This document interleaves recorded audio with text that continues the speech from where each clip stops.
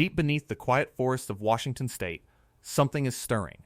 6 miles below the ground, a heart is beginning to beat again. A slow, rhythmic pulse of small earthquakes, too faint for anyone on the surface to feel, but registered with perfect clarity by a web of sensors listening to the mountain's every breath. This is Mount St. Helens, and its magma chamber is recharging.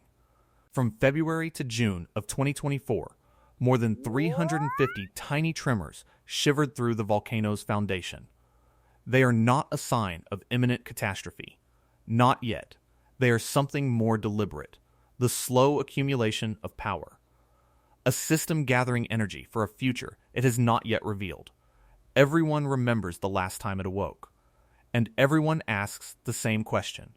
Is this the prelude to another 1980? What are we actually seeing in those seismic readings? Let me know your first thoughts in the comments below. That old fear is baked into our memory, the image of a mountain turning itself inside out, a lateral blast that defied everything we thought we knew about how a volcano dies, and how it kills.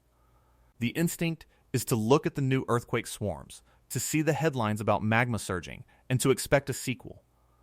A surprising number of people who watch these stories until the very end and find real value in them forget to subscribe.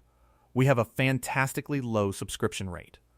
If this kind of deep dive storytelling is important to you, please take 1 second to hit that button. It is the single most important signal you can send that you want more. Thank you. Now, let's begin.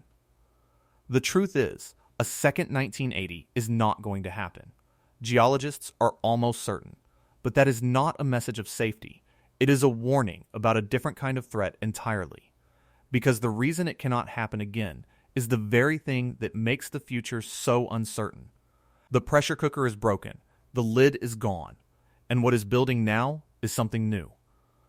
Before May 18th, 1980, Mount St. Helens was an icon of geological symmetry, a near-perfect cone capped with snow, often called the Mount Fuji of America. For more than a century, it had been silent. A postcard, not a threat. Then on March 20th, 1980, a magnitude 4.2 earthquake cracked the silence. It was the first sign. The reawakening had begun. Deep inside, magma that had been dormant for 123 years was pushing its way upward, but it did not find a clear path. Instead, it began to pull just beneath the volcano's north flank, creating a massive, unnatural bulge. Day by day, week by week, the mountain swelled. Like a grotesque abscess, it grew outwards at a rate of 5 feet per day. The pressure inside was becoming immense, unfathomable. The mountain was a sealed vessel, a geological bomb counting down without a clock. The United States Geological Survey knew it was unstable. They issued warnings, set up exclusion zones, and watched. They just did not know what the trigger would be, or how violent the release. At 8:32 in the morning on Sunday, May 18, 1980, the trigger arrived. A magnitude 5.1 earthquake shook the unstable north face loose. The entire flank of the mountain, the entire bulge that had been containing that impossible pressure, simply collapsed. It was the largest subaerial landslide in recorded human history. In a single moment, the cork was pulled. The sudden depressurization of the magma system beneath was instantaneous and apocalyptic. The superheated water and gas trapped within the magma flashed to steam, expanding with unimaginable force. But the blast did not go up. It went sideways, a lateral explosion that tore out of the mountain's north side at over 300 miles per hour. It was a stone wind, a rolling pyroclastic flow of superheated gas, ash, and rock heated to more than 600 degrees Fahrenheit. 6 miles away, at an observation post on what is now known as Johnston Ridge, a 30-year-old USGS volcanologist named David Alexander Johnston saw it happen. He saw the north face collapse. He saw the beginning of the lateral blast.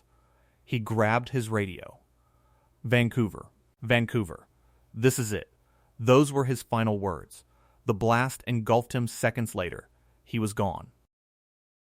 The eruption flattened 230 square miles of pristine forest in minutes. Old growth trees, some standing for centuries, were snapped like twigs. In the inner blast zone, nothing was left. Not a tree, not a bush, not a blade of grass, just a gray, sterile, lunar landscape. The top of the mountain was gone. Vaporized, the summit elevation dropped from 9,677 feet to a jagged crater rim at 8,363 feet. 1,314 feet of an entire mountain erased. 57 people lost their lives. The economic damage was estimated at $1.1 billion in 1980 currency, nearly $3.5 billion today. It was the single deadliest and most destructive volcanic event in the history of the United States, and it fundamentally revolutionized the science of volcanology. It proved that the greatest danger was not always what comes from the top, it is what can come from the side. We're now just past the 3-minute mark, and I want to ask again, for those of you who were around in 1980, do you remember hearing about this on the news? For those who weren't, what's the most shocking detail you've learned so far? The stories in the comments help us all understand the scale of this. This catastrophe produced one of the most terrifying physical phenomena in modern science, something called an acoustic shadow. The physics of it are as counterintuitive as they are horrifying, as the shockwave from the lateral blast tore through the atmosphere. It was refracted by different layers of air at different temperatures and densities. This bending of sound waves created bizarre zones of silence. Close to the volcano, within the lethal blast zone itself, many of the 57 victims heard nothing. The eruption that was about to vaporize them arrived in eerie, profound silence. Their world ended without a sound. Yet hundreds of miles away, the very same blast was heard with perfect clarity. In Portland, Oregon, it sounded like a cannonade. In Seattle, it rattled windows. It was heard in Northern California, in British Columbia, Canada, even parts of Montana. The sound waves traveled up and over the people closest to the danger, only to come down again much farther away. Imagine the terror of that. To see the sky turn black, to see a wall of ash and debris moving at the speed of a jetliner, but to hear absolutely nothing. It is a detail that adds a layer of surreal horror to an event that was already beyond comprehension. Amidst the scientific warnings and evacuation orders, one man became a national folk hero for his defiance. Harry R. Truman, not the president, but the 83-year-old owner and caretaker of the Mount St. Helens Lodge at Spirit Lake. He had lived on the mountain for 54 years. It was his home. When the authorities came and told him to evacuate, he famously refused. He gave colorful interviews to reporters, cursing the geologist, dismissing the danger, and vowing to go down with his mountain if it ever blew. In his mind, the mountain was a part of him. He trusted it. He couldn't imagine it would harm him. His lodge sat directly at the northern foot of the volcano, on the shore of Spirit Lake. When the north flank collapsed, the massive avalanche of rock and debris slammed directly into the lake, displacing its water in a giant wave and then filling the basin. Harry Truman, his lodge, and his 16 cats were buried under hundreds of feet of avalanche deposit. He, like David Johnston, perished in the opening moments of the eruption. His stubbornness was celebrated as a symbol of frontier individualism. But his story is a brutal reminder that a volcano does not care about folk heroes. It does not care about sentiment. It operates on a scale of physics that is wholly indifferent to human courage. And yet, for all its destructive power, the timing of the eruption produced a miracle of grim luck. May 18th, 1980, was a Sunday. The blast zone, especially the areas managed by the Weyerhaeuser Logging Company, was typically a hive of activity on weekdays. Hundreds, if not thousands, of loggers would have been working deep within the forests that were instantly obliterated. Because it was a Sunday morning, they were home. They were safe. Had the eruption occurred just 24 hours later, on a Monday, the death toll of 57 would not have been 57. It would have been in the thousands. The disaster, as terrible as it was, could have been immeasurably worse. An entire industry was saved by the weekend. If a story of this magnitude and detail is hitting you, please hit the like button. It tells our team that these deep historical analyses are what you want to see. And if you have family or friends who lived through this era and remember the headlines, share this with them. The science of what's happening now is a chapter they haven't heard. So if the volcano is waking up, If magma is recharging, why is a repeat of that 1980-style blast so highly improbable? The answer is written across the face of the mountain itself. Look at it today. It is not a perfect symmetrical cone. It is a broken amphitheater. The 1980 eruption blew a 1-mile-wide, horseshoe-shaped crater into its north side. That crater is the single most important geological feature controlling its future. The 1980 eruption happened because the system was sealed.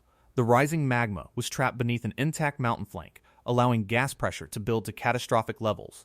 It was a bottle of champagne that had been shaken for 2 months straight. The 5.1 earthquake was the hand that finally popped the cork. Today, there effectively is no cork. The volcano is an open system. Any new magma that rises toward the surface now has a direct, unimpeded path to escape vertically through that massive crater. It lacks the confining pressure required to force a lateral, sideways blast. Seth Moran, the current scientist in charge at the USGS Cascades Volcano Observatory, the agency on the front lines, has been clear about this. All monitoring data points to a system that is behaving as expected for an active volcano in a state of recharge. It is not behaving like a volcano preparing to repeat its most violent moment. So what does that recharge actually look like? This isn't a dramatic surge of lava pushing toward the surface. It is a much slower, deeper process. Scientists at the USGS have confirmed that a reservoir of magma is slowly refilling, located between 2.5 and 6 miles below sea level. It has been doing this cyclically ever since the last eruptive phase ended in 2008. The recent swarms of small earthquakes, like the one in early 2024 that produced roughly 350 tiny jolts, are the symptoms of this process. As new magma enters the deep storage system, it pressurizes the surrounding rock, causing it to crack and shift. These are the sounds of the mountain's plumbing system slowly expanding. It is not an alarm bell for an impending explosion. It is the steady, rhythmic heartbeat of a living volcano. A system gathering strength. Quietly, patiently, this distinction is lost on most people because the memory of 1980 is so raw. That lingering fear creates a kind of confirmation bias. Any activity at the mountain is seen through the lens of that past catastrophe. We saw this play out perfectly on September 16, 2025. It was a day with unusually strong winds. These winds picked up loose volcanic ash from 1980 that still blankets the flanks of the mountain and whipped it into the air, creating massive, dark plumes. Commercial pilots flying overhead saw the plumes and reported them. To an untrained eye, it looked exactly like an eruption, smoke and ash billowing from the summit. The public reaction was immediate. Social media lit up. News outlets started making calls. The panic was real. The USGS had to scramble to issue a public statement, reassuring everyone that the volcano was not erupting. What people were seeing was old ash, resuspended by the wind. It was a ghost eruption, a phantom of the 1980 disaster, literally carried on the wind. The incident perfectly captures the state of public consciousness. A region so traumatized by its past that it sees an echo of that disaster in a simple gust of wind. The fear is real, even when the threat is not. And yet, while the world watches for fire and ash, something impossible is happening inside that crater.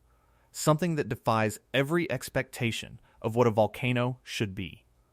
Ice is growing there. A lot of it. The devastation of 1980 carved out a deep, shaded bowl. The new crater walls are so tall and steep that much of the crater floor is in permanent shadow.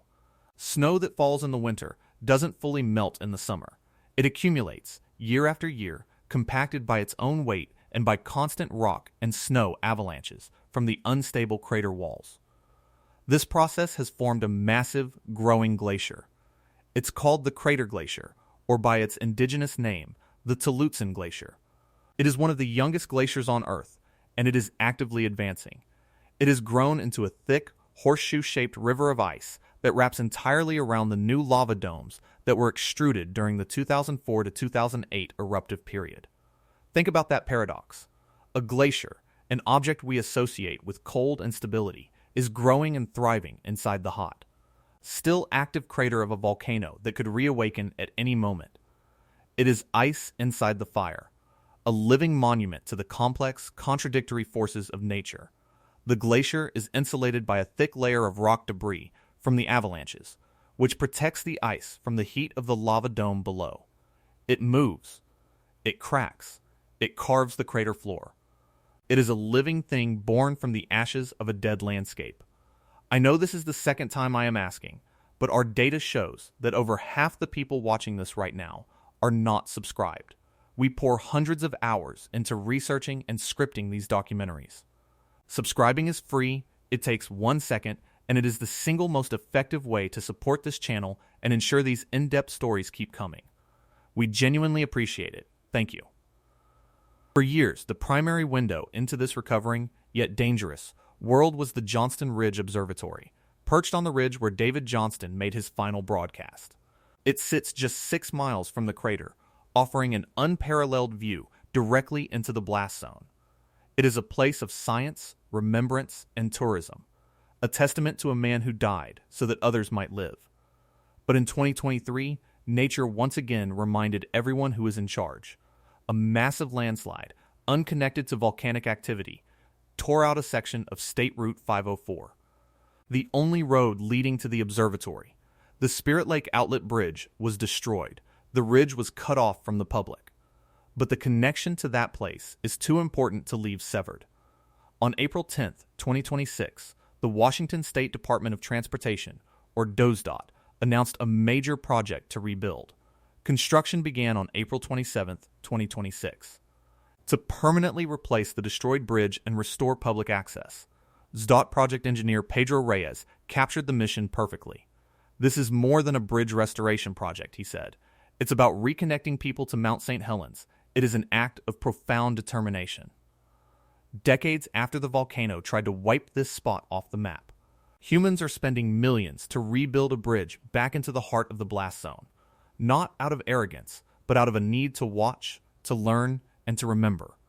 The observatory is David Johnston's legacy, and that bridge is the lifeline that keeps his legacy alive for the world to see. It is a declaration that we will not turn our backs on this place. We will keep watching. So what does the future hold? The science is clear that the next eruption will almost certainly not be a repeat of 1980. The most likely scenario, when the magma chamber has recharged enough, is a period of dome building, similar to what occurred from 2004 to 2008. In that event, thick, viscous lava will slowly extrude into the crater, forming a new lava dome. This process could be accompanied by smaller, vertical ash plumes and minor explosions contained mostly within the crater itself. It would be a dramatic geological event, but a far cry from the lateral blast that leveled a forest. It would be the volcano letting off steam, not exploding entirely. But most likely is not a guarantee. Volcanology is a science of probabilities, not certainties. The equipment is better than ever. The network of seismometers, GPS stations, gas sensors, and satellite monitoring is exquisitely sensitive. The USGS can detect the movement of magma and the deformation of the ground down to the millimeter. They will see the warning signs of a future eruption weeks, if not months, in advance. They saw the signs in 1980. The problem then was not a lack of warning, but an underestimation of the eruption's unique, unprecedented style. Today, they understand the system better than ever before, but no scientist can tell you the exact date, time, or character of the next eruption. They can only watch the data, interpret the mountain's language, and issue warnings based on what they see. The real danger of Mount St. Helens today is not a surprise attack. The danger is complacency. The memory of 1980 fades with each passing year. A new generation grows up seeing it as a quiet, broken mountain, a tourist destination, a scar on the landscape. They did not see the sky go dark. They did not see the ash fall like snow for hundreds of miles. The volcano is in a quiet phase. It is breathing slowly. The earthquakes are small, but it is an active system. Every single tremor, no matter how small, is a reminder that the processes that led to the 1980 catastrophe are still at work, deep underground. The magma is recharging. The pressure is, ever so slowly, building again. The cycle that has defined this mountain for tens of thousands of years has not stopped. It has only paused. The official alert level from the USGS is normal. The aviation color code is green. As of their latest update on June 26, 2026, they confirmed that small earthquakes were detected, but that all data is consistent with normal background activity. Field crews were safely on site, maintaining the monitoring stations that act as our eyes and ears. This is the new normal. A state of perpetual vigilance. An understanding that living with an active volcano means living with constant, low-level uncertainty. It means trusting the science, heeding the warnings, and never taking the quiet for granted. Mount St. Helens is not just a geological feature. It is a living laboratory. It taught the world that a volcano's deadliest threat can come from its side. It taught us about debris avalanches, pyroclastic flows, and acoustic shadows. And now it is teaching us about recovery, about how life returns to a sterilized landscape, how a glacier can be born from a crater, how a forest slowly but surely begins to regrow. It is a story of destruction, but it is also a story of resilience. The question is not if Mount St. Helens will erupt again. The answer to that is a definitive yes. It is a geologically young and active volcano, and its eruptive cycle is far from over. The real questions are when and how. Will it be another slow, dome-building eruption that lasts for years? Or will it be a more explosive, vertical ash eruption that disrupts air travel for weeks? No one knows for sure. All we know is that deep beneath the growing glacier and the quiet crater floor, the